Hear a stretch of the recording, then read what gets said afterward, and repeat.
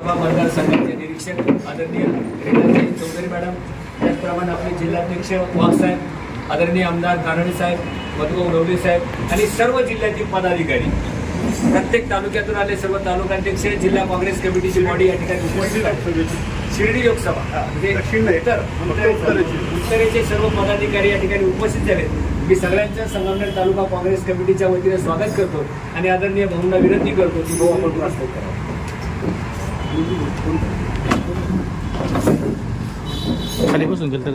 राजस्थान विधानसभेच्या सदस्य आणि राष्ट्रीय पातळीवरील काँग्रेस पक्षाच्या आघाडीवरच्या नेत्या, आपल्या महाराष्ट्राच्या भगिनी सौभाग्यवती रीता चौधरी मॅडम आपल्या उत्तर अहमदनगर जिल्ह्यामध्ये आल्यात.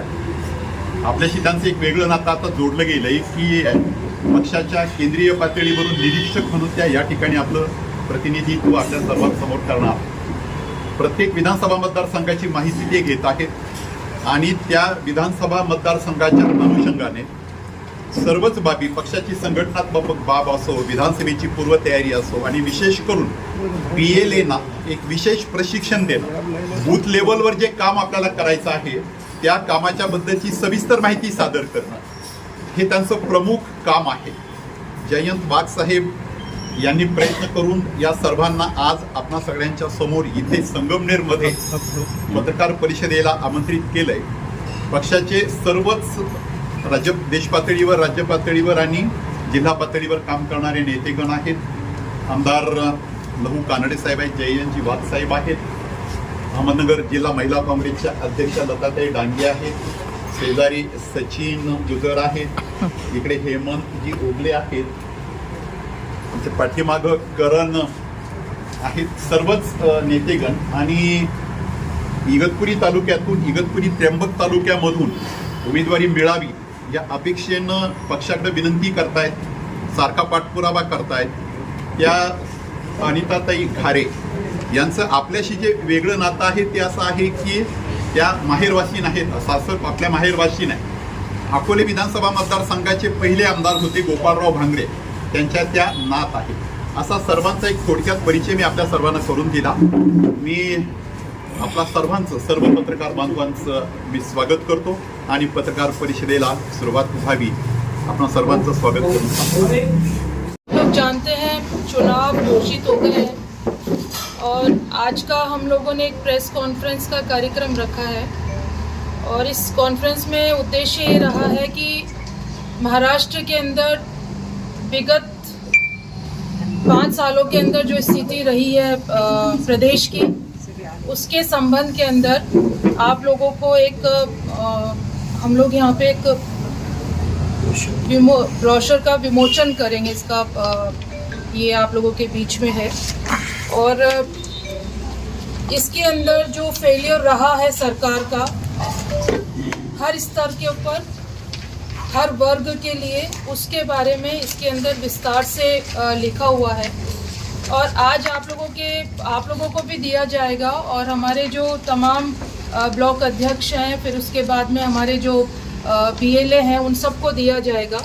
और ये जन जन तक पहुंचाने का काम है क्योंकि जनता को पता होना चाहिए. वैसे जनता बहुत जागरूक है, उनको पता भी है कि देश में, प्रदेश में क्या चल रहा है, लेकिन फिर भी हमारा दायित्व बनता है कि हम प्रदेश की जनता को बताएं कि इस सरकार ने आप लोगों के साथ क्या क्या खिलवाड़ करा.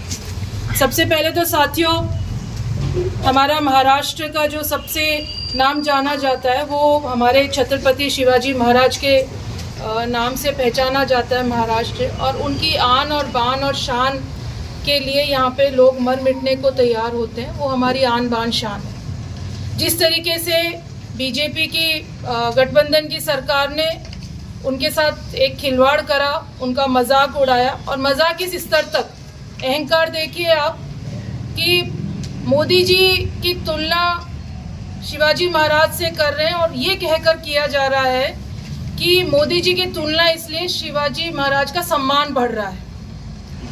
इस हद तक उन्होंने इसका मजाक उड़ाया है. दूसरा, हमारे जो सावित्री फूलेबाई हैं, उनका, हमारी जो राजमाता है जीजाऊ पूर्व जो यहाँ के राज्यपाल रहे हैं, जिस तरीके से उन्होंने मजाक उड़ाया है उनका, ये हमारे महाराष्ट्र की जनता के साथ, महाराष्ट्र की आन बान शान के साथ, महाराष्ट्र के धर्म के साथ एक खिलवाड़ करने की कोशिश करी है। बहुत सारे विषय हैं साथियों, एक एक करके मैं आऊँगी। भ्रष्टाचार यहाँ पे चरम सीमा पर है। आपने देखा जिस मूर्ति का अनावरण करा वो थोड़े दिन ही टिकी रही और फिर वो गिर गई। टैक्स के रूप में यहाँ की जो जनता पैसा देती है और दिल्ली सरकार तक बीजेपी की जो केंद्र की सरकार है वहाँ पर हमारा जीएसटी का टैक्स का पैसा जाता है।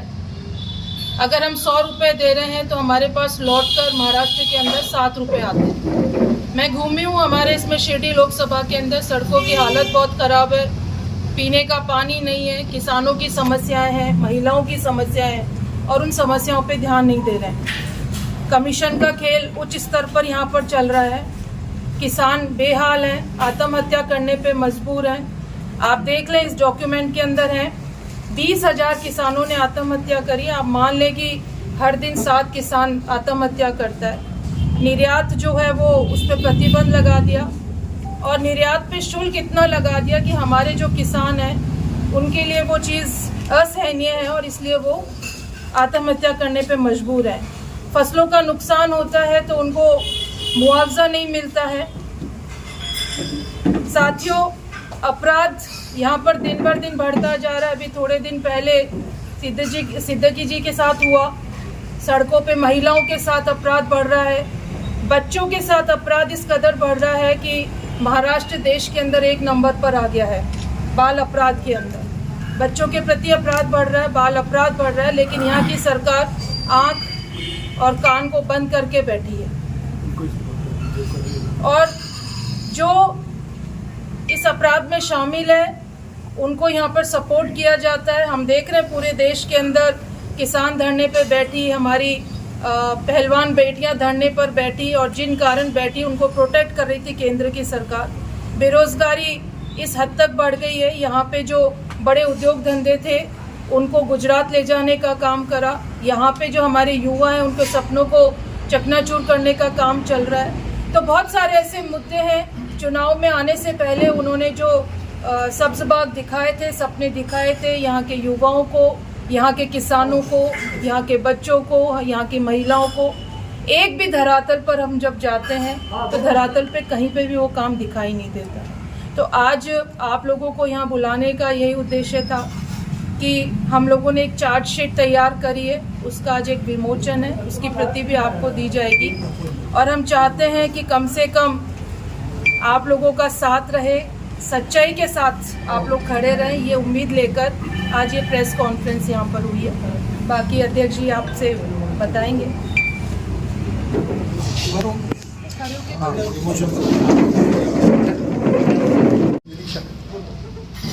राजस्थानच्या विधानसभेच्या सदस्य आदरणीय लताजी चौधरी मॅडम, आमचे जिल्हाध्यक्ष वाघ, जिल्हा महिला अध्यक्षा आदरणीय सौभाग्यवती लताताई डांगे मॅडम, सर्व आमचे काँग्रेस पक्षाचे सहकारी मित्रांनो, मी आपल्या सर्व पत्रकार मित्रांचं पहिल्यांदा मनपूर्वक स्वागत करतो साहेबांच्या। विधानसभेची आचारसंहिता सुरू झाली आणि विधानसभेच्या निवडणुकांच्या प्रचार मोहिमाही सुरू झाल्या। महाविकास आघाडीनं जो महायुतीचा कारभार मागील 2, सव्वा 2, 2.5 वर्षामध्ये बघितला, खरं तर महाराष्ट्रामध्ये अशा स्वरूपाचं एवढं भ्रष्टाचार आणि बेमुरवत थोरपणे निर्णय घेणारं सरकार महाराष्ट्राच्या इतिहासामध्ये झालं नसेल।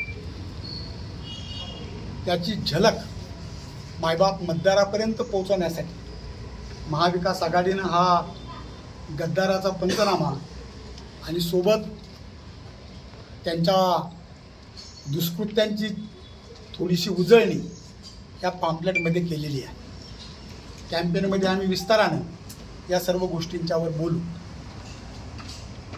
आज आपल्या माध्यमातून जसं आदरणीय विठ्ठल मॅडमजीने आपल्याला विनंती केली की माध्यमामध्ये फार शक्ती आहे, माध्यम हे फार महत्त्वाची घटना आहे, किंवा आपण म्हणतो ते खरं आहे, लोकशाहीचा तो चौथा स्तंभ आहे. परंतु हा स्तंभ सत्याच्या सोबत राहील, सत्याची पाठराखण करेल अशी इथल्या महाराष्ट्रातल्या जनतेलाही अपेक्षा आहे, आम्हालाही अपेक्षा आहे. त्यामुळं आपण सर्वजण मिळून ज्या खऱ्या गोष्टी आहेत त्या लोकांपर्यंत पोचवूयात, त्यासाठी आपण सहकार्य कराल अशी आमचे नेते आदरणीय बाळासाहेब थोरात साहेबांच्या वतीनं मी इच्छा व्यक्त करतो, अपेक्षा व्यक्त करतो. आदरणीय रीताजी मॅडम साहेब विधानसभेसाठी या शिर्डी चुनाव क्षेत्रामधल्या सर्व विधानसभांच्यासाठी आमच्या आदरणीय निरीक्षक आहेत, ते आमच्यासोबत असणार आहेत. त्यांच्या मार्गदर्शनाखाली त्या विधानसभा निवडणुका आम्ही महाविकास आघाडी म्हणून लढूयात आणि जिंकूयात असा आम्हाला विश्वास आहे. धन्यवाद. मैं समझती हूँ कि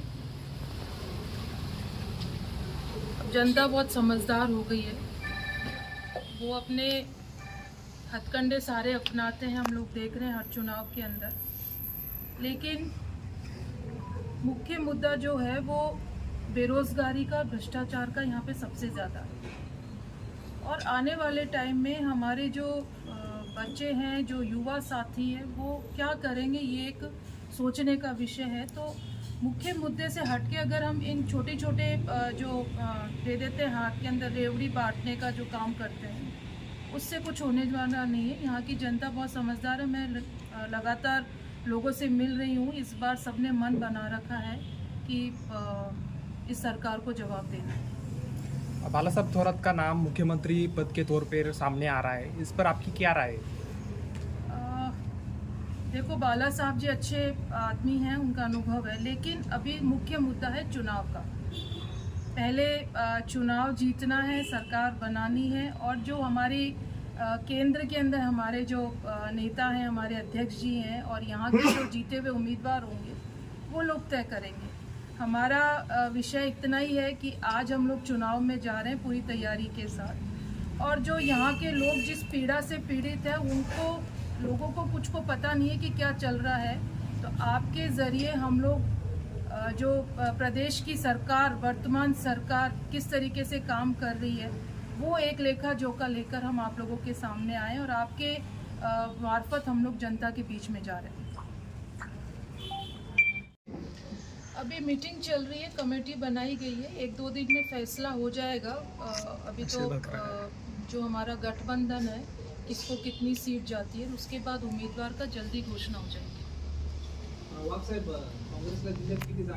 आम्ही 7 जागा मागितल्या होत्या, पण आमच्या शिर्डी लोकसभा मतदारसंघामध्ये श्रीरामपूर, संगमनेर, शिर्डी आणि कोपरगाव या 4 मतदारसंघावर आम्ही आज ठाम आहोत. नगरमध्ये नगर शहर आणि श्रीगोंदा या 2 मतदारसंघावर आम्ही ठाम आहोत. शेवटी कमिटीमध्ये आता जे निर्णय होतील ते होतील, पण थोरात साहेबांनी सुद्धा ह्या सगळ्या जागा लावून धरलेल्या आहेत. तो आता पक्ष ठरवी. आज तुम्हालाही माहिती आहे कोण उभं राहू शकते, कोण नाही. सगळ्यांची गोळा बेरीज करून सगळ्या लोकांचं काय म्हणणं आहे, कोण उभे केलं पाहिजे, आणि त्यामध्ये ते फायनल होईल ना. शेवटी श्रेष्ठ निर्णय घेतील ना. सगळ्यांची ताकद, कुणाची ताकद किती आहे, सगळं समीकरण एकत्र येऊन काय होऊ शकतं या सगळ्याचा विचार करून निर्णय घेतला. आज कुठलंही नाव डिक्लेअर केलेलं नाही, आणि जो मतदारसंघ आपल्याकडे की 100% शिर्डी आलेलाच आहे, आणि साहेब यामध्ये लक्ष घालून करतील. योग्य उमेदवार देतील की जो विखेंना चांगली फाईट देऊन निवडून येईल असं उमेदवार 100%. वडील जवळपास 9 टर्म 7 टर्म राजस्थान विधानसभा मध्ये आमदार म्हणून काम केलेलं आहे. काँग्रेसच्या कुटुंबात म्हणजे जडणघडणीमध्ये त्यांचाही फार मोठा वाटा आहे. अशा खूप चांगल्या विचाराच्या निरीक्षक आम्हाला मिळाल्या. आज त्यांच्या शुभ हस्ते हा गद्दारांचा पंचनामा हे डॉक्युमेंट या ठिकाणी प्रसिद्ध करण्यात आलं. यासाठी आमचे सर्व नेते मंडळी या ठिकाणी उपस्थित आहेत. मी त्यांचंही सर्वांचे आभार मानतो. आपल्या मीडियातल्या सर्व सहकाऱ्यांचं आपण सर्वजण या होणाऱ्या विधानसभेच्या निवडणुकीमध्ये आम्हाला सहकार्य करायला अशी अपेक्षा व्यक्त करून आपले आभार मानतो.